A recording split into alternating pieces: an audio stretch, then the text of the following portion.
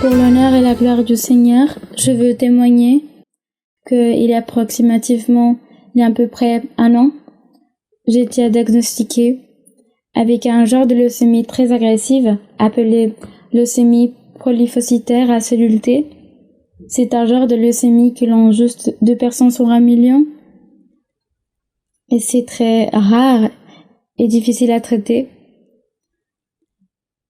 Les médecins ne me donnaient pas beaucoup de temps de vie. Selon leur diagnostic, était que 2 mois. Et à ce moment-là, après du diagnostic, j'ai prié au Seigneur et je lui disais que je savais qu'il était le maître de la vie, qu'il avait le dernier mot, j'avais des promesses très grandes, que seulement lui, il connaissait comment ces promesses allaient arriver dans ma vie. Et je savais que si c'était sa volonté et le temps de partir, alors j'étais disposée à le faire. Mais je lui rappelais aussi des promesses qu'il m'avait faites et des souhaits que j'avais dans mon cœur, spécifiquement celui de voir grandir mes enfants. Après d'un mois du diagnostic, le Seigneur m'a parlé. J'ai eu le grand privilège, la grande fortune de recevoir de la prophétie à travers sa servante bien-aimée, notre sœur Marie-Lisa.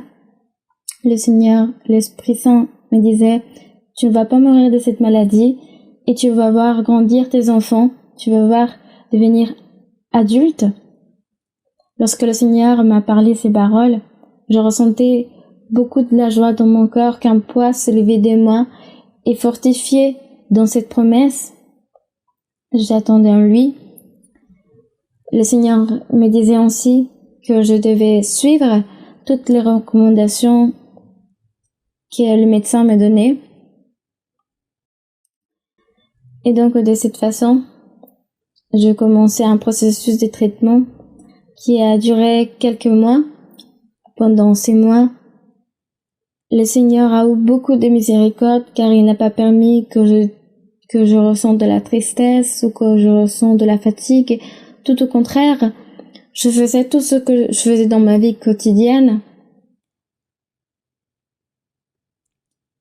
Et donc de cette façon, tout ce temps-là s'est écoulé de la même façon jusqu'au moment de la transplantation, car on me préparait pour la transplantation et les médecins me disaient que j'avais besoin d'un donateur et c'était quelque chose de difficile puisque je n'avais pas un familier direct qui pourrait me faire une donation de la moelle. Je devais chercher sur la banque de donneurs d'organes et c'était un processus qui pouvait prendre beaucoup de temps, des mois ou même des années.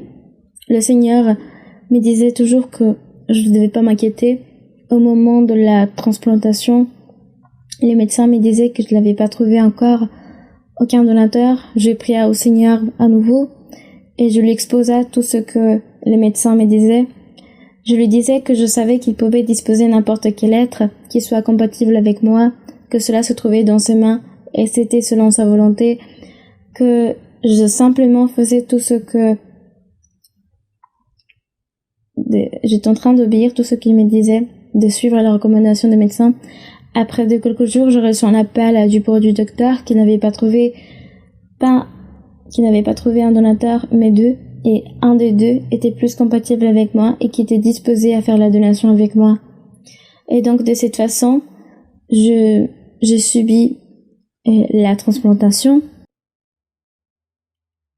Et donc, je suis restée à l'hôpital pendant 1 mois. Et pendant ce mois, le Seigneur a toujours été avec moi et ma famille en nous fortifiant, puisque de même si j'étais un peu fatiguée, les conséquences et les effets secondaires que je ressentais dans mon corps n'étaient pas du tout comparables à ceux des autres malades qui ont même subi cette même maladie et qui ont ressenti des conséquences. Et tout cela le voyaient les infirmières et les médecins. Après d'un mois, on m'a donné ma sortie de l'hôpital et le Seigneur a permis que je suive des examens médicaux. Après quelques mois, après d'avoir fait des analyses. Les médecins étaient tout le temps émus de voir les résultats et se sont rendus compte que mon corps était libre des cellules cancérogènes. Mais le plus beau, mes frères et sœurs, c'est que pendant tout ce temps-là, à travers de cette situation apparemment difficile, le Seigneur nous a remplis de beaucoup de bénédictions à ma famille et à moi, nous a donné une paix, une joie, une sérénité qui sont incomparables avec n'importe quelle autre chose. Et cela le voyait des amitiés, des familiers, les médecins et même des inconnus. De cette façon, le Seigneur a permis qu'on prêche à beaucoup de personnes. Et grâce à cette situation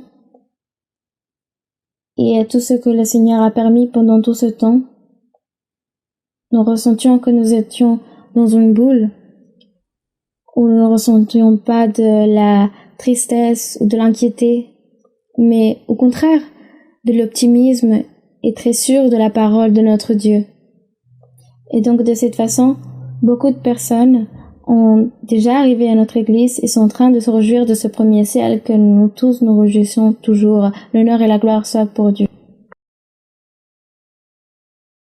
Ça faisait un temps que je recevais le don de la prophétie, et la prophétie que je veux vous partager le plus date de plus de 6 ans, lorsque le Seigneur, jadis, m'avait dit que je devais commencer des études en langue, parce qu'il allait me bénir à travers de l'un de mes proches, qu'il allait me bénir dans mes études, et pas seulement ça, mais qu'il allait me bénir dans ma vie sentimentale. À cette époque, je ne comprenais pas trop. Le Seigneur me disait que je devais arrêter d'essayer de me faire voir pour que d'autres me remarquent, que je devais simplement laisser que ma vie soit un témoignage pour autrui et qu'il allait me bénir dans ma vie sentimentale. Aujourd'hui, je suis ici, pas seulement pour dire que j'ai obtenu beaucoup de ce que le Seigneur m'a promis, parce qu'il m'a promis beaucoup de travaux et que dans chaque travail, j'allais progresser. J'ai commencé avec des travaux simples, mais dans chaque travail que je finissais, je basculais vers un meilleur travail. De plus, je ne comprenais pas pourquoi j'étudiais de nouvelles langues, mais après, j'ai eu un premier voyage, j'ai reçu une bourse, conformément à ce que le Seigneur m'avait promis. J'ai pu voyager au Cameroun. Il y a eu un peu de frustration parce qu'il y avait la guerre dans ce pays, mais Dieu est si grand qu'on croit que c'est ça dont il parle, mais ce n'est pas ainsi, parce que j'ai eu un autre voyage. Grâce à cela, j'ai pu réaliser ma première licence et maintenant, je parle quotidiennement non seulement une langue que le Seigneur m'avait dit que j'allais étudier, mais 2 langues en plus. Et également, il y a ici mon épouse, car le Seigneur m'avait dit qu'il allait me bénir dans ma vie sentimentale. Et je souhaiterais motiver la jeunesse. Beaucoup de fois, lorsque les gens nous parlent de Dieu, on croit que cela concerne que les personnes âgées, mais Dieu est réel et en vérité, lorsqu'on le cherche, il nous bénit et il arrive à nous surprendre, parce que ce n'est pas par nous, mais c'est par cet amour qu'il a pour nous. Et tout cela, je le déclare pour glorifier et honorer le nom de notre Seigneur.